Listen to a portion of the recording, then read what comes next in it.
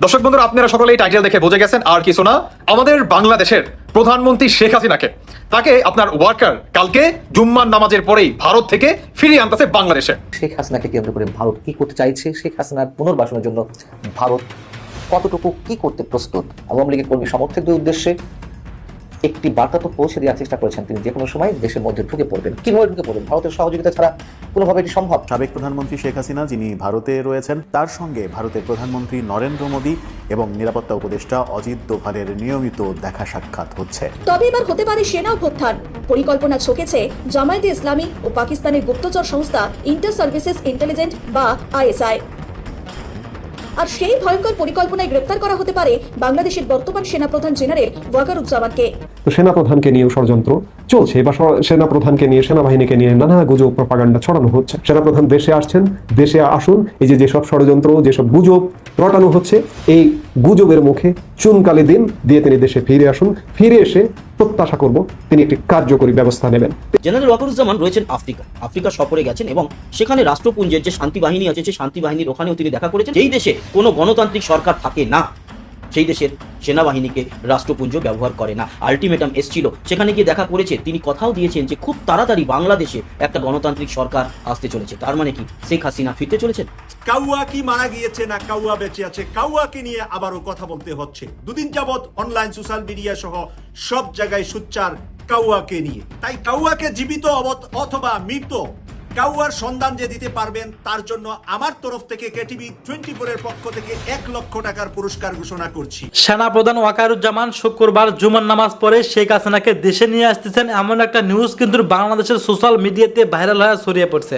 তো বন্ধুরা, তাহলে কি সত্যি সত্যি এই সেনাপ্রধান জুমার নামাজ পড়ে শেখ হাসিনাকে দেশে নিয়ে আসতেছেন? এই বিষয় নিয়ে পর্যালোচনা করে আমরা বেশ কয়েকটি খুবই গুরুত্বপূর্ণ তথ্য এবং ভিডিও ফুটেজ পাই, যা আজকের ভিডিওতে সেগুলো এক এক করে ধারাবাহিক তুলে ধরবো। যদিও আজকের খবরটা কিছুটা লং হতে পারে, তবে আজকের খবরে জানতে পারবেন সত্যি সত্যি কি সেনাপ্রধান ওয়াকারুজ্জামান শেখ হাসিনাকে বাংলাদেশে নিয়ে আসতেছেন। এই বিষয় নিয়ে থাকতেছে আজকের ভিডিওতে এমন কিছু গোপন তথ্য যা জানলে আপনিও ইতিমধ্যে অবাক হতে বাধ্য। সেই সাথে আরো জানতে পারবেন বর্তমান বাংলাদেশের রাজনীতির প্রেক্ষাপট আসলে কোন দিকে যাচ্ছে। যাই হোক বন্ধুরা, চলুন ভিডিওতে আজকের বেশি কথা বাড়িয়ে আপনাদের মূল্যবান সময়টি আমি নষ্ট করতে চাই না। সরাসরি আজকে আমি চলে যাব মূল ভিডিওতে। আর সেখানে আজকে আমরা দেখবো সত্যি সত্যি কি সেনাপ্রধান শেখ হাসিনাকে দেশে নিয়ে আসতেছেন জুমার নামাজ পর, নাকি এগুলো গুজব। সেনাপ্রধান এই মুহূর্তেও সেনাপ্রধান সর্বাধিক আলোচিত, যার কারণে আবারও আলাপ করতে আসতে হচ্ছে বা আসলাম। আলাপ করতেই হবে, কারণ সারা জাতি, সারা দেশ একজন সেনাপ্রধানের দিকেই তাকিয়ে রয়েছে, পুরো বাহিনীটির দিকে তাকিয়ে রয়েছে। আজকে দেশের যে অবস্থা, দেশ ভালো নেই, দেশ ভালো চলছে না। এই মুহূর্তে সেনা প্রধান বিদেশ সফরে আছেন এবং তিনি আসবেন, বেশ দূরে আছেন। বাংলাদেশ থেকে প্রায় ৮,০০০ কিলোমিটার ডিস্টেন্সের এক দেশে আছেন। ঢাকা থেকে সেই দেশের রাজধানী বাঙ্গি, সেন্ট্রাল আফ্রিকান রিপাবলিক, সেই দেশের দূরত্ব প্রায় ৮,০০০ কিলোমিটার। সেই ৮,০০০ কিলোমিটার ভেদ করে এবং বিভিন্ন ট্রানজিট হয়ে আসতে হয়, দীর্ঘ সময় লাগে। গত সোমবার সেনাপ্রধান 3 দিনের সফরে এই সেন্ট্রাল আফ্রিকান রিপাবলিকে গেছেন। তার আগে তিনি 25 ফেব্রুয়ারি জ্বালাময়ী বক্তব্য দিয়েছিলেন, জাতির উদ্দেশ্যে জাতিকে সতর্ক করে দিয়েছিলেন। এই সতর্ক করবার পর থেকেই নানা রকম জল্পনা কল্পনা চলছে। এমনকি সেনাপ্রধানের এই সফরটিকে নিয়েও জল্পনা কল্পনার বিভিন্ন ডালপালা মেলে ধরা হচ্ছে, ষড়যন্ত্র তত্ত্ব আবিষ্কার করা হচ্ছে। বলা হচ্ছে সেনাপ্রধান দেশ ত্যাগ করেছেন, সেনাপ্রধানকে পদত্যাগ করা হয়েছিল, ইত্যাদি ইত্যাদি বিভিন্ন কিছু। সেনাপ্রধান যদি দেশই ত্যাগ করবেন, এই মুহূর্তে জাতিসংঘ বলছে পৃথিবীর সবচেয়ে অনুন্নত দেশগুলোর একটি হচ্ছে সেন্ট্রাল আফ্রিকান রিপাবলিকান। এই দেশে তিনি যাবেন কেন? আবার প্রশ্ন করা হচ্ছে, সেখানে তো আমাদের শান্তি মিশনের যে সদস্য কয়টা, সম্ভবত 5টা কন্টিনজেন্ট ওখানে অবস্থান। দেশটা বিরাট, বাংলাদেশের প্রায় 4 গুণ বড় আয়তন বাংলাদেশের থেকে। জনসংখ্যা খুব বেশি নয়, আমাদের কোনো একটি বিভাগের সমান বা তারও থেকে কম। কত 47-48 লাখ এরকম দেখলাম মনে হয় জনসংখ্যা। এমন একটি দেশ ভিজিটে যাবেন কিংবা দেশ ত্যাগ করবেন, যদি দেশ ত্যাগ করেনি কোনো উন্নত দেশে যাবেন বা কোনো সহনীয় দেশ, দুর্গম একটা দেশে যাবেন কেন? এটি একটি অত্যন্ত দুর্গম দেশ এবং দুর্গম দেশ থেকে যাতায়াতও অনেক কঠিন ব্যাপার। সেখানকার কৃষি নির্ভর অর্থনীতি এবং জাতিগত দাঙ্গা, নিজেদের মধ্যে মারামারি, হানাহানি এবং দান অনুদান ত্রাণ নির্ভর একটি দেশ। সেই দেশে কেন যাবেন? এই দেশে যাওয়া নিয়ে প্রশ্ন যে সেনাপ্রধান আর আসছেন না। সেনাপ্রধান আসছেন, 3 দিনের সফরে গেছেন, দীর্ঘ যাত্রা যেহেতু, তার আসতে আসতে হয়তো শুক্রবার লেগে যাবে। তো সেই জায়গায় সেনাপ্রধান আসছেন, এমনও বলা হচ্ছে, দেখলাম যে সেনাপ্রধান শান্তিরক্ষী মিশন আনতে গেছেন বাংলাদেশে, ইত্যাদি বিভিন্ন কিছু। তিনি এরকম একটা অনুন্নত দেশে যাবেন কেন? শান্তিরক্ষী মিশন আনতে গেলে তিনি হেডকোয়ার্টারে যাবেন, জাতিসংঘ শান্তিরক্ষী মিশনের হেডকোয়ার্টারে যাবেন, একটা দেশে তো যাবেন না। নানা রকম গুজব, প্রপাগান্ডা এগুলো করা হচ্ছে। আবার কেউ কেউ গুজবের ডালপালা মেলাতে মেলাতে আরও এক ধাপ বাড়িয়ে বলছেন যে আমাদের উপমহাদেশে, আমাদের সাবকন্টিনেন্টে উদাহরণ আছে। আপনাদের মনে পড়ে নিশ্চয়ই 1999 সালে পাকিস্তানের ঘটনা। নওয়াজ শরীফ সরকার তখন ক্ষমতায় ছিল। নওয়াজ শরীফ সরকার তৎকালীন সেনাপ্রধান জেনারেল পারভেজ মোশাররফকে দেশে তার বিমান অবতরণ করতে, তিনি শ্রীলঙ্কা সফরে গিয়েছিলেন, সফর থেকে ফিরে দেশে বিমান অবতরণ করতে বাধা দিয়েছিল। এই বাধার পরিপ্রেক্ষিতে সেনাবাহিনী সরকারের বিরুদ্ধে বিদ্রোহ ঘোষণা করে এবং নওয়াজ শরীফকে পতন ঘটিয়ে পারভেজ মোশাররফ ক্ষমতার কেন্দ্রে আসেন। বাংলাদেশেও এমন শঙ্কা, এমন আশঙ্কার কথা কেউ কেউ বলছেন, আমি বাংলাদেশি বলবো না, বিদেশি, এমনকি আমি ভারতীয় 2-1টি চ্যানেলেও দেখলাম যে এমন ঘটনাও কি ঘটতে পারে কিনা। আসলে সত্যিকার অর্থে সেই ধরনের কোনো ঘটনার কোনো আলামত নেই। আবার ভেতরে ভেতরে যেহেতু সেনাবাহিনী নিয়ে নানা রকম ষড়যন্ত্র, সেনাবাহিনীর মনোবল ভেঙে দেওয়া, বাংলাদেশের মনোবল ভেঙে দেওয়া, বাঙালি জাতির মনোবল ভেঙে দেওয়া, একটা ব্যর্থ রাষ্ট্র, ওই ধরনের সেন্ট্রাল আফ্রিকান রিপাবলিকের মতো দেশ বানানোর নানা রকম পায়তারা চলছে। সে জায়গায় এ ধরনের গুজব, প্রপাগান্ডা চালু রেখে একটি পক্ষ স্বার্থ হাসিল করতে চায়। তাদের কি স্বার্থ? তাদের হয়তো ব্যক্তি স্বার্থ হাসিল হতে পারে, তারা হয়তো কোটি কোটি ডলার কামাতে পারে, কামিয়ে বিদেশে নিরাপদে জীবনযাপন করতে পারে, কিন্তু তার জন্মভূমি, তাদের জন্মভূমিকে ধ্বংসস্তূপে পরিণত করতে পারে। এটি হতে পারে, এরকম ষড়যন্ত্র চলছে। তো সেনাপ্রধানকে নিয়েও ষড়যন্ত্র চলছে, বা সেনাপ্রধানকে নিয়ে, সেনাবাহিনীকে নিয়ে নানা গুজব, প্রপাগান্ডা ছড়ানো হচ্ছে। তবে আমাদের যে কোনো কিছু নিয়ন্ত্রণে নেই, এটি মানতেই হবে। কোনো কিচ্ছু নিয়ন্ত্রণে নেই। যে কোনো সময়, যে কোনো জায়গায় মব নাম দিয়ে আপনার সাথে ধরুন একটা পূর্ব শত্রুতা আছে, আপনাকে ঘায়েল করতে পারে। এই যে গত পরশু থেকে আমি চিন্তা করছি, সাবেক প্রধানমন্ত্রীর রাজনৈতিক উপদেষ্টা এইচ.টি. ইমামের পুত্র, সাবেক এমপি তানভীর ইমাম, তার সাবেক স্ত্রীর বাসায় কি ঘটনা ঘটলো। একদল লোক, কে বা কারা, কেউ চেনে না, এসে বাসায় ঢুকলো, হামলা করলো, লুটপাট করলো। অর্থাৎ আগে যে রাজনৈতিক দলের মিছিল মিটিংয়ের জন্য লোক ভাড়া করা হতো, এখন এই মব ক্রিয়েট করার জন্য লোক ভাড়া করা হয়। কারণ আমাদের কর্মসংস্থান বন্ধ হয়ে গেছে, গার্মেন্টস বন্ধ হয়ে গেছে, কর্মের চাকা স্তব্ধ হয়ে গেছে। তারা কি করবে? তাদেরকেই কি ভাড়া করে আনছে? ভাড়া করে এনে এই ধরনের মব ক্রিয়েট করা হচ্ছে। সরকার যদিও উদাসীন ভূমিকা পালন করে যাচ্ছে, এর দায় এড়াতে পারে না সরকার। আজ হোক কাল হোক, একদিন না একদিন সরকারের এসব দায়ের বিচার হবে। কিন্তু একটি আশার কথা, যে যারা মব ক্রিয়েট করেছে তানভীর ইমামের সাবেক স্ত্রীর বাসায় বা শ্বশুর বাসায়, সেই বাসায় তাদের মধ্য থেকে কয়েকজনকে গ্রেপ্তার করেছে। এখন তাদের শাস্তির আওতায় আনুক এবং দৃষ্টান্তমূলক শাস্তি দেওয়া হোক, নইলে এই ধরনের মব চলতেই থাকবে। এখন যেটি বলছিলাম সেনাপ্রধান নিয়ে, যে দেশ আসলে ভালো নেই। সিভিল যাদেরকে দায়িত্ব দেওয়া হয়েছে, সেনাপ্রধান যাকে দায়িত্ব দিয়েছেন, যাদেরকে দায়িত্ব দিয়েছেন, তারা দেশ ভালো রাখতে পারছেন না, আমাদেরকে ভালো রাখতে পারছেন না। আমরা প্রত্যাশা করব, আমি বারবারই বলি যে সামরিক শাসন নয়, একটি 3 মাসের সরকার, এবং সেটি সেনা তত্ত্বাবধানে, এমনকি আন্তর্জাতিক তত্ত্বাবধানেও হতে পারে, জাতিসংঘের তত্ত্বাবধানে হতে পারে। অবশ্য জাতিসংঘ যদিও বা এখন একটি খানিকটা অযোগ্য প্রতিষ্ঠানে পরিণত হয়েছে, যদি তাই না হতো, ট্রাম্প প্রশাসন, মার্কিন যুক্তরাষ্ট্রের নতুন প্রশাসন কেন একের পর এক জাতিসংঘের বিভিন্ন সংস্থা থেকে প্রত্যাহার করে নিচ্ছে? সেই জায়গায় প্রশ্ন আছে। আমি সর্বোপরি বলবো সেনাবাহিনীকেই, সেনাপ্রধানকেই এই যে যত ষড়যন্ত্র আছে এগুলো রুখে দিতে হবে এবং দেশে একটি অবাধ, নিরপেক্ষ, সুষ্ঠু নির্বাচনের পরিবেশ তৈরি করতে হবে। সেনাপ্রধান দেশে আসছেন, দেশে আসুন।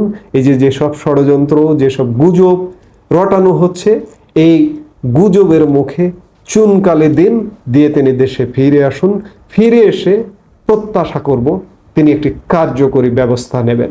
তিনি যদি ব্যবস্থা না নেন, তাহলে তিনি যে কথাটি বলেছেন, স্বাধীনতা, সার্বভৌমত্ব বিপন্ন হতে পারে। অমূলক কিছু নয়। তিনি এমনি এমনি কথা বলেননি। আমি বারবারই বলছি, অনেক কথা সরাসরি বলতে নেই, বলি না। তিনি সিগন্যাল পেয়েছেন, সিগন্যাল পেয়েই বলেছেন যে আপনারা যদি নিজেদের মধ্যে হানাহানি করেন, দেশের স্বাধীনতা, সার্বভৌমত্ব বিপন্ন হবে। আমরা চাই না আমাদের স্বাধীনতা, সার্বভৌমত্ব বিপন্ন হোক, আমরা আবার পরাধীন হয়ে যাই। সেই জায়গা থেকে শেষ ভরসা স্থল সেনাপ্রধান আপনাকেই বলছি, এই দেশটিকে বাঁচান। আপনি বাংলাদেশের ইতিহাসের অংশ হয়ে উঠুন এই দেশটিকে বাঁচিয়ে। আসসালামু আলাইকুম। আমাদের প্রধান উপদেষ্টা ডক্টর মোহাম্মদ ইউনূস সম্পর্কে আমি প্রায় একটি কথা বলে থাকি, তিনি এমন একটা সহজ সরল ভাব নিয়ে থাকেন সবসময় যেন তিনি কিছুই বোঝেন না। আসলে বাস্তবতা হচ্ছে উল্টো। অনেকেই মনে করেন তিনি যে কোনো পাক্কা পলিটিশিয়ানের চেয়ে কোনো অংশ কম নন এবং যে কোনো সময় সুর বদলে দিতে পারেন, এটি অনেকেই মন্তব্য করে থাকেন। এবং তারই একটা নতুন নমুনা, একেবারে সাম্প্রতিক একটা উদাহরণ, বিবিসি বাংলা সার্ভিসে তিনি 3 দিন আগে যে ইন্টারভিউটি দিয়েছেন, সেখানে যেসব কথাবার্তা বলেছেন, একই ইস্যুতে আবার ভিন্ন কথা বলেছেন বিবিসিরই ইংলিশ সার্ভিসে দেওয়া একটি সাক্ষাৎকারে। বিবিসির 3 দিন আগের যে ইন্টারভিউটি বাংলার, সেখানে আওয়ামী লীগ নিষিদ্ধ করা না করার বিষয়ে তিনি বলেছেন যে আমরা ঐকমত্যে বিশ্বাস করি, রাজনৈতিক দলগুলো ঐকমত্যে পৌঁছালে যদি আওয়ামী লীগ নিষিদ্ধ করতে চায় করবে, নাহলে করবে না।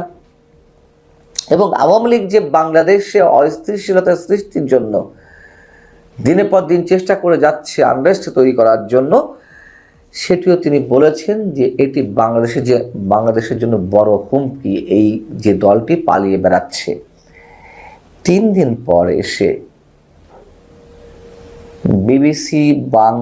বিবিসির ইংলিশ সার্ভিসে যে ইন্টারভিউটি প্রকাশিত হলো বুধবার, সেখানে তিনি বলছেন আওয়ামী লীগ নির্বাচনে অংশ নেবে কিনা সেটি তাদের সিদ্ধান্ত। আওয়ামী লীগ কি বলেছে আওয়ামী লীগ নির্বাচনে অংশ নেবে না? এবং একই সঙ্গে তিনি বলছেন যে নির্বাচনে কারা অংশগ্রহণ করবে তা নির্বাচন কমিশনের সিদ্ধান্ত নেবে। এর আগে ইন্টারভিউতে বলেছেন বা সবসময় বলেছেন রাজনৈতিক দলগুলো যে সিদ্ধান্ত নেবে, আর এখন বলছেন নির্বাচন কমিশন যে সিদ্ধান্ত নেবে। মানে 2 ধরনের বৈপরীত্য কথার কতটা ভয়ঙ্কর একটি নমুনা। আওয়ামী লীগের নেতাকর্মীদের নিরাপত্তার বিষয়ে বিবিসির পক্ষ থেকে প্রশ্ন করা হয়েছিল, ইংলিশ সার্ভিসের পক্ষ থেকে। সাবেক রাষ্ট্রপতি বিবিসি ভাষাতে শেখ মুজিবুর রহমানের ৩২ নম্বরের বাড়ি থেকে শুরু করে সারা দেশে যে আওয়ামী লীগ নেতাকর্মীদের বাড়িঘর গুড়িয়ে দেওয়া হলো, জ্বালিয়ে দেওয়া হলো বুলডোজার দিয়ে, সেখানে তিনি বলছেন কি অদ্ভুত কথা, দেশে আইন আছে, থানা আছে, আওয়ামী লীগের নেতাকর্মীরা থানায় যাক, অভিযোগ করুক, অভিযোগগুলো নথিভুক্ত হোক। এইভাবে আপনাদের কাছে সাংবাদিক বা বিবিসির কাছে অভিযোগ না জানিয়ে তাদের উচিত থানায় যাওয়া। আচ্ছা, তার এই বক্তব্যটিকে আমরা কি হিসেবে গ্রহণ করব? যারা বাড়িঘর জ্বালিয়ে দিচ্ছে, পুড়িয়ে দিচ্ছে, সরকারের পৃষ্ঠপোষকতায় বুলডোজার এনে গুড়িয়ে দিচ্ছে 32 নম্বরের বাড়ি পর্যন্ত, যেখানে তাদেরকে কিছু বলা হয় না, পুলিশ নীরব দর্শকের ভূমিকা পালন করে থাকে, কোনো ধরনের অভিযান চালানো হয় না, অপারেশন ডেভিল হান্ট পরিচালিত হওয়ার পরেও তাদের বিরুদ্ধে কোনো কিছু পরিচালিত হয় না। এবং আওয়ামী লীগ নেতাকর্মীরা যেখানে কোনো ধরনের কর্মসূচিতেও নামতে পারে না, যেন অটোমেটিক্যালি নিষিদ্ধ হয়ে গেছে, অথবা শহীদ মিনারে ফুল দিতে পর্যন্ত যেতে পারে না, গেলেই আটক, সেখানে আওয়ামী লীগের নেতাকর্মীরা যাবে থানাতে অভিযোগ জানাতে। এত সুন্দর করে তিনি কথাগুলো বলে ফেলছেন। আমরা আওয়ামী লীগের 16 বছরের সময় তো দেখেছি, ঠিক শেখ হাসিনার এ ধরনের বিভিন্ন মন্তব্যের কারণে মানুষ কতটা তার বিরুদ্ধে চলে গিয়েছিল। শেখ হাসিনা তো একটা রাজনৈতিক দলের প্রধান ছিলেন, কিন্তু ডক্টর মোহাম্মদ ইউনূস তার সমর্থনটা আসলে কোথায়? এবং যেখান থেকে নানান ধরনের নির্দেশ, পরামর্শ ইত্যাদি ইত্যাদি আসছে বলে অনেকে ধারণা করছেন, তারা কতক্ষণ বা তাদের উপরে কতক্ষণ ভর করে এই ধরনের মন্তব্য ডক্টর মোহাম্মদ ইউনূস করে যেতে পারবেন অবলীলায়? আইন শৃঙ্খলা পুনরুদ্ধার নিয়েও প্রশ্ন করা হয়েছিল, বিবিসি বাংলার মতন বিবিসি ইংলিশেতেও। তো বিবিসি বাংলাতে তিনি বলেছিলেন আইন শৃঙ্খলার অবনতি মোটেও হয়নি বা অপরাধের মাত্রা মোটেও বাড়েনি। এখন এসে বিবিসি ইংলিশে তিনি বলছেন ইন্টারভিউতে, এটি আমরা উত্তরাধিকার সূত্রে পেয়েছি। মানে কত সুন্দর করে এখন কথাগুলো আপডেট করা হচ্ছে। তো উত্তরাধিকার সূত্রে পেয়েছেন, বেশ ভালো কথা, কিন্তু সেগুলো দমন করতে হবে। যদি দমন করতে না পারেন তাহলে আওয়ামী লীগ মানে আপনাদেরকে রাখা হয়েছে কেন, কি কারণে? আর এখন যা চলছে তা স্বাভাবিক। তিনি বলছেন যে 2024-এর এই সময় এরকমই অপরাধ মাত্রা ছিল। আপনাকে হলফ করে বলতে পারবেন এইভাবে 2024-এর বছরে কোনো এক সময় কখনো, আমি শুরু শেষ যখনই বলি, এভাবে বাসে বাসে ধর্ষণ হয়েছে কিনা, বাসে বাসে ডাকাতি হয়েছে কিনা, মানুষ নিরাপদে মোবাইলটাও দিনের বেলায় পকেট থেকে বের করে কথা বলতে পারছে, মানে কথা বলতে গেলেও নানান ধরনের সংখ্যার মধ্যে থাকতে হচ্ছে, এরকম সিচুয়েশন হয়েছে? তিনি বলে যাচ্ছেন আমুলিল্লাহ। এবং নির্বাচন নিয়ে আবারও প্রশ্ন ছিল বিবিসি ইংলিশ সার্ভিসে, নির্বাচন কবে নাগাদ হতে পারে? তিনি সেখানে আবার বলেছেন 2025 বা 2026-এর মার্চে। আচ্ছা, নির্বাচন নিয়েও তিনি অনেকবার একাধিকবার কথা বলেছেন। রাজনৈতিক দলগুলো যখন চাইবে নির্বাচন হবে, কখনো বলেছেন জনগণ যা চাইবে যখন চাইবে নির্বাচন হবে। এগুলো তো নিউ ইয়র্ক টাইমস থেকে শুরু করে ফিনান্সিয়াল টাইমস, রয়টার্স, এমন করে গণমাধ্যম নেই, এক এক সময় এক এক কথা। দুদিন আগেও ইউরোপীয় ইউনিয়নের কমিশনার হাজা লাহবিব তার সঙ্গে যখন দেখা করতে গেলেন, তিনি বলেছেন যে ডিসেম্বরের মধ্যে নির্বাচন হয়ে যেতে পারে। আবার বিবিসিতে তিনি বলছেন যে 2025-এর ডিসেম্বর বা 2026-এর মার্চ। এই মানুষটা স্থির নন, আমরা বলতে বাধ্য হচ্ছি এইভাবে কথা বলতে। এত ঘন ঘন কথার পরিবর্তন যদি কেউ করে থাকেন, ঠিক সেই মানুষটির উপরে দেশের আপামার গণমানুষ কিভাবে আস্থা রাখবে, কিভাবে বিশ্বাস স্থাপন করবে? এবং আরো মজার কথা তিনি একটি বলেছেন, USAID-এর সব ধরনের মানবিক সহায়তা যখন বন্ধ হয়ে গেল, বাংলাদেশেও রোহিঙ্গাদের জন্য তাদের যে বরাদ্দ ছিল সেটি যখন বাতিল হয়ে গেল, পরবর্তীতে চার্জ দ্য অ্যাফেয়ার্স মার্কিন যুক্তরাষ্ট্রের বাংলাদেশের ভারপ্রাপ্ত রাষ্ট্রদূত ট্রাসি জ্যাকবসন এই গত কয়েকদিন আগে তার সঙ্গে দেখা করতে গেলেন, সাক্ষাৎ করতে গেলেন। সেখানে তিনি বললেন যে তোমরা ইউএস নিয়ে যা করো না কেন, আমাদের বরাদ্দটা আমাদের দাও, নাহলে আমরা পারছি না। আমি তখন বলেছিলাম যে সারা বিশ্বের জন্য USAID বন্ধ করে দিচ্ছে তাদের অনুদান বা ঋণ, আর সেখানে ডক্টর মোহাম্মদ ইউনূস এই দাবি জানাচ্ছেন, মামাবাড়ি আবদার। আচ্ছা, তার কদিন পরে সেই বিবিসি ইংলিশ সার্ভিসে তিনি কি বলছেন? পিকুলিয়ার কথাবার্তা। তিনি বলছেন এটা তাদের সিদ্ধান্ত, বেশ ভালো কথা। পরবর্তীতে কি বলছেন? এটি ভালোই হয়েছে, কারণ তারা এমন কিছু করেছে যা আমরাই করতে চেয়েছিলাম, মানে আমরা দুর্নীতির বিরুদ্ধে লড়াই করতে চেয়েছিলাম, এবং এর মতো আরও জিনিস যা আমরা কখনোই ঠিকভাবে মোকাবেলা করতে পারিনি, মানে দুর্নীতি রোধ করতে পারিনি। তো এটা বন্ধ হয়েছে, ভালো কথা। এক অর্থে দুর্নীতি বন্ধ হয়ে গেছে। এটা আমরা কি মন্তব্য করবো এখানে? রোহিঙ্গাদের জন্য যে বরাদ্দ রইল না, অনেকখানি কমে গেল। ইউরোপীয় ইউনিয়নও তাদের বরাদ্দের অনেকাংশে কাটেল করেছে, আর সেখানে তিনি বলছেন ভালো হয়েছে। আর এক সপ্তাহ আগে তিনি বলেছিলেন ট্রাসি জ্যাকবসনকে, তোমাদের অনুদান দাও, বন্ধ করো আর যাই করো, আমাদেরকে দিয়ে দাও। মানে এটি কোন ধরনের কথাবার্তা? ঠাউর করা বড় মুশকিল। এবং ইউএসএইড যে গত বছর $450 মিলিয়ন আর্থিক সাহায্যের প্রতিশ্রুতি দিয়েছিল, সেটাতে আর পাওয়া যাচ্ছে না। এটি কীভাবে ঘাটতি পূরণ করা হবে? ডক্টর মোহাম্মদ ইউনূস বলছেন এটা তখন দেখা যাবে, সব কিছু তখন দেখা যাবে, আর যা কিছু হয়েছে সেটা আগের। আওয়ামী লীগের অনেক নেতারা মনে করেন এবং তারা এটাই জানেন, গোয়েন্দা সংস্থার লোকজন তাদেরকে এটাই জানিয়েছেন যে জেল টেল যাই হোক, আগামী নির্বাচনে আওয়ামী লীগকে অংশগ্রহণের সুযোগ দেওয়া হবে।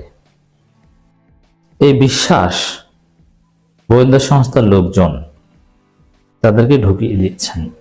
তাদেরকে হয়তো বা মেসেজটা এভাবে দেওয়া হয়েছে, সেনাপ্রধান যেহেতু হাসিনার পতনের অন্যতম প্রেরণক, সেনাপ্রধান আওয়ামী লীগকে নির্বাচনে অংশগ্রহণ করার সুযোগ দিবেন বা তিনি চেষ্টা করবেন তার জায়গা থেকে।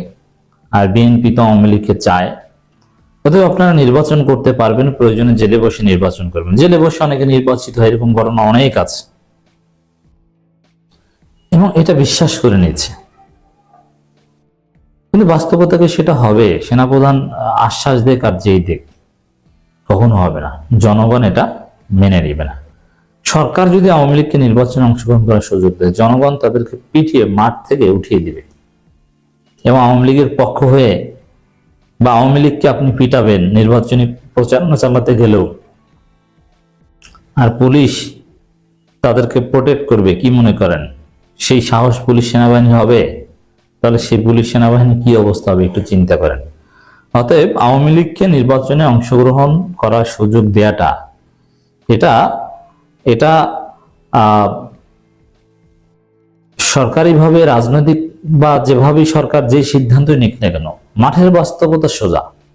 জনগণ মাঠে দেখলেই তাদেরকে পেটাবে, তাদেরকে কোনো প্রচারণায় চালাতে দেবে না। অতএব এটা সেনাবাহিনীর বাপ এসেও এটা কিছু করতে পারবে না। জনগণ তাদেরকে টলারেটই করবে না। মহিলারা ঝাড়ু দিয়ে পিটাবে, নির্বাচন ব্যবস্থা ভণ্ডুল হয়ে যাবে, তফসিলে স্থগিত করতে হবে যদি আওয়ামী লীগকে নির্বাচনের অংশগ্রহণের সুযোগ দেয়। শাহজাহান খানের একটা বক্তব্য, নির্বাচনে অংশগ্রহণের জন্য দোয়া চাইলেন শাহজাহান খান, এবং মুখে খুব হাসি, যদিও বুলেট প্রুফ জ্যাকেট পরা। এটা কেন? এই যে শাহজাহান খানের হাসি এবং নির্বাচনে অংশগ্রহণের জন্য দোয়া চাওয়া, মানে মনে হয় যেন নিশ্চিত নির্বাচনে অংশগ্রহণ করতে পারছে না, অথচ আওয়ামী লীগ নিষিদ্ধের দাবি উঠছে, নিবন্ধন বাতিলের দাবি উঠছে, এবং শাহজাহান খান সহ অনেকের সাজা হতে পারে। সাজাপ্রাপ্ত আসামি হিসেবে তো নির্বাচনে অংশগ্রহণ করার সুযোগ থাকা উচিত নয়। কিন্তু তারপর ওই হাসির রহস্য এটাই, গোয়েন্দা সংস্থার লোকজন কেউ হয়তো বা তাকে বলেছে যে সেনাপ্রধান, বিএনপি, ভারত যেভাবে তোমাদের একটা ব্যবস্থা করে দিবে। এবং শাহজাহান খানদের ভারতের প্রতি এতটাই বিশ্বাস, ভারত বলেছে এরকম কোনো তথ্য যদি তারা শোনে তাহলে তারা ওটা বাইবেলের মতো বিশ্বাস করে। এটাই হচ্ছে শাহজাহান খানের দোয়া চাওয়া এবং হাসির রহস্য। আগামী নির্বাচনে অংশগ্রহণের জন্য দোয়া চাইলেন সাবেক নৌমন্ত্রী শাহজাহান খান। বৈষম্যবিরোধী ছাত্র আন্দোলনের যাত্রাবাড়ী থানার হত্যা মামলায় গ্রেপ্তার দেখানোর পর ঢাকা মহানগর মেট্রোপলিটন আদালত থেকে নামানোর সময় তিনি কথা বলেন। দর্শক, এখানে দেখেন যে জনগণের এতটাই ক্ষোভ, এদেরকে হাত করা ডান্ডা বেরি না পড়ানো হলে জনগণ ক্ষুব্ধ হয়, এরা হাসলেও জনগণ ক্ষুব্ধ হয়, এরা দোয়া চাইলেও জনগণ ক্ষুব্ধ হয়। এরা হাসে কেন? এরা হাসতে পারে কিভাবে? এরা এত আত্মবিশ্বাস পেল কোথা থেকে? এতটাই ক্ষোভ তাদের উপর। এত ক্ষোভের বশবর্তী হয় যারা আদালতে যাদের উপর ডিম মারা হয়, জনরোষের ভয়ে যাদেরকে বুলেট প্রুফ জ্যাকেট পরিয়ে আনতে হয়, তারা নির্বাচন করবে, এটা অবিশ্বাস্য। এটা জনগণ হতে দেবে না। সরকার দিলেও জনগণ এটা মেনে নেবে না। যে নির্বাচনে আওয়ামী লীগ অংশগ্রহণ করার সুযোগ পাবে, ওই নির্বাচনই হবে না, ওটা মাঝপথে স্থগিত হয়ে যাবে।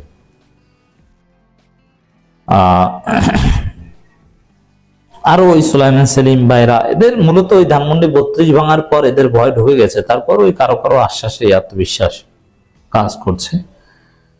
এ সময় তিনি কেমন আছেন জিজ্ঞেস করেন আদালতে উঠানোর সময় এক সাংবাদিক। উত্তরে তিনি বলেন, আমি তোমাদের দোয়ায় ভালো আছি, দোয়া করবো আমার জন্য। তখন সাংবাদিক বলেন, কি দোয়া করব? এটাও কিন্তু একটা মজা চলে। দোয়া করবা এটা বললে তো কি দোয়া করবে এটা তো এক্স্যাক্টলি জিজ্ঞেস করে না, কিন্তু এরা দোয়া চাই এটা বললেও জনগণ এটা মানতে পারে না। যার ফলে পাল্টা প্রশ্ন যে কি দোয়া করব? উত্তরে শাহজাহান খান দোয়া করবো যেন তাড়াতাড়ি মুক্তি পেয়ে দেশে শান্তি শৃঙ্খলা কিভাবে ফিরিয়ে আনা যায় এবং আগামী নির্বাচনে কিভাবে অংশগ্রহণ করতে পারি, এসব কারণে দোয়া করবে। এখন নির্বাচন অংশগ্রহণ করার দোয়া চাই, কেউ না কেউ বলেছে তাদেরকে। তখন সাংবাদিক বলেন, কি দোয়া? তখন সাংবাদিক আবার বলেন, সবাই বলছে আপনারা দেশের 12টা বাজিয়েছেন। তখন শাহজাহান খান বলেন, আমরা 12টা বাজিয়েছি না, কারা 12টা বাজিয়েছে এটা সামনে প্রমাণিত হবে। এ সময় কারাগার থেকে সন্ত্রাসীদের হাত থেকে নিরাপদ আছেন বলেও মন্তব্য করেন শেখ হাসিনা সরকারের সাবেক প্রভাবশালী মন্ত্রী। শাহজাহান খানের মতো সন্ত্রাসী বাংলাদেশে রাজনীতিবিদ, শাহজাহান খানের মতো একজন অস্ত্রধারী সন্ত্রাসী আন্ডারগ্রাউন্ড টপ টেরর বাংলাদেশের মন্ত্রী হয়, এর চাইতে লজ্জার দুঃখের কিছু নেই। এমনকি তিনি তো আওয়ামী লীগ করতেন না, জাসদ করতেন না, কিন্তু এত বড় সন্ত্রাসী যে মাদারীপুরে আওয়ামী লীগ প্রতিষ্ঠিত থাকতে হলে তাকে আওয়ামী লীগের বড় নেতা বানাতেই হবে, নইলে আওয়ামী লীগ যারা করবে তাদেরকে শাহজাহান খান খেয়ে দিবে। ওবায়দুল কাদেরকে ধমকাতেন শাহজাহান খান স্থানীয় সরকার নির্বাচন কেন্দ্রিক কিছু বিষয় নিয়ে। এতটাই প্রভাবশালী। এইগুলো সব প্রভাব হচ্ছে আন্ডারগ্রাউন্ড সন্ত্রাসের প্রভাব। শেখ হাসিনাও জানেন এই সন্ত্রাসীকে যদি খুশি না রাখি তো এ তো অঘটন ঘটিয়ে দিবে। আর এত বড় সন্ত্রাসী এখন বলেন যে সন্ত্রাসীদের হাত থেকে নিরাপদ আছি, দুঃখজনক কথা। তো জনগণ এদেরকে কখনো মুক্ত পরিস্থিতিতে দেখতে চায় না, এবং মুক্ত পরিস্থিতি দেখলে জনগণ এদেরকে জয় বাংলা করে দিবে, এটা আমি জানি। পরে তাদের কাঠগড় ওঠানো হয়, এই সময় তাদের হাতের হ্যান্ডক্যাপ, মাথার হেলমেট খুলে দেওয়া হয়। এরপর 10টা-15 মিনিটে বিচারক এজলাসে উঠলে তাদের বিভিন্ন মামলা গ্রেপ্তার দেখানোর শুনানি শুরু হয়। পরে আদালত এক এক করে গ্রেপ্তার দেখানোর আবেদন মঞ্জুর করেন। এরপর তাদের আদালত থেকে নামিয়ে গারদখানার উদ্দেশ্যে নেওয়া হয়। এই সময় সাংবাদিক জিজ্ঞেস করেন, আপনি তো হাসছেন কেন? মানে এদের হাসিগুলো জনগণ সহ্য করতে পারে না। জনগণের পক্ষ থেকে এই প্রশ্ন সাংবাদিকদের। এ সময় আরেক সাংবাদিক জিজ্ঞেস করেন, আপনি তো হাসছেন কেন? তখন শাহজাহান খান বলেন, আমি সবসময় হাসি, মৃত্যুর আগ পর্যন্ত হাসতে থাকবো। কারাগার কেমন আছেন জিজ্ঞেস করলে তিনি বলেন, খুব ভালো আছি, কারাগার থেকে সন্ত্রাসীদের হাত থেকে নিরাপদ আছি। তারপর তাকে গারদখানার ভিতরে নিয়ে যাওয়া। দেখেন, ওই যে যাদের পরকালীন একটা আত্মবিশ্বাস আছে যে না মৃত্যুর পর আমি পরকালে ভালো থাকবো, তারা হাসতে পারে মৃত্যুর আগ পর্যন্ত। কিন্তু এই শাহজাহান খানদের মতো বেঈমান, বেনমাজি এরা কিভাবে হাসেন? কারণ এরাও তো জানেন যে অপকর্ম করেছে মৃত্যুর পরে তাদের আসল আযাব শুরু হবে। এরা হচ্ছে নেশাখোর। এই শাহজাহান খান হচ্ছে নেশাগ্রস্ত, ভয়ানক মদ করছিলেন, যারা দেখলেই বোঝা যায় এরা মারাত্মক নেশাখোর। কারাগারের মধ্যেও নাকি টাকা পয়সা থাকলে নেশা টেশা পাওয়া যায়। এরা নেশা করে হাসে। ভারত তাদেরকে কোন সুসংবাদ দেয় গোয়েন্দা সংস্থার মাধ্যমে, এটা একটা হাসির কারণ হতে পারে। আর নেশাখোর, নেশায় হাসে, স্বাভাবিক কাণ্ড জ্ঞান নাই, এদের জায়গা বাংলাদেশে হবে না। দর্শক একটু মিলিয়ে দেখেন এই যে কামাল আহমেদ মজুমদার, তিনি কিন্তু অনেকটা কান্না করছেন যে না, আর জীবনে আওয়ামী লীগের রাজনীতি করবো না, ভুল হয়েছে, শেখ হাসিনার বিরুদ্ধে রাজ সাক্ষী দিতে রাজি। আর জুনায়েদ আহমেদ পলক কখনো কান্না করছেন, কখনো একটু কৃত্রিম হাসি, চেহারা দেখলেই বোঝা যায় কি করুণ অবস্থা। এর মানে আওয়ামী লীগ এই শেখ সেলিমের হাজী সেলিমের ছেলে সোলাইমান সেলিম, তিনি বলেছেন যে কিছুদিন পর ফাঁসির আদেশ হয়ে যাবে, বোঝা হয়ে গেছে, সবাই হতাশ। অনেকে তো কান্নাই করেন, কামাল আহমেদ মজুমদার এক প্রকার কান্না করেন। তার মধ্যে শাহজাহান খান হাসেন কেন? মিলান, শাহজাহান খানকে আলাদা কিছু? বরং শাহজাহান খান আওয়ামী লীগের একটা বড় অংশ তাকে সহ্য করে না, কারণ তিনি জাসদ ছিলেন এবং সরাসরি শেখ হাসিনার কাছে অনেকে অভিযোগ করেছেন। এই যে রিকসন চৌধুরী কিংবা কাজী জাফরুল্লাহ অনেকে বলছেন যে এই জাসদ থেকে এসেছে, সে আওয়ামী লীগের বিরুদ্ধে এই করেছে সেই করেছে। তখন শেখ হাসিনা বলেছে যে আপনারাই তো তাকে আওয়ামী লীগে জায়গা দিতে বলেছেন।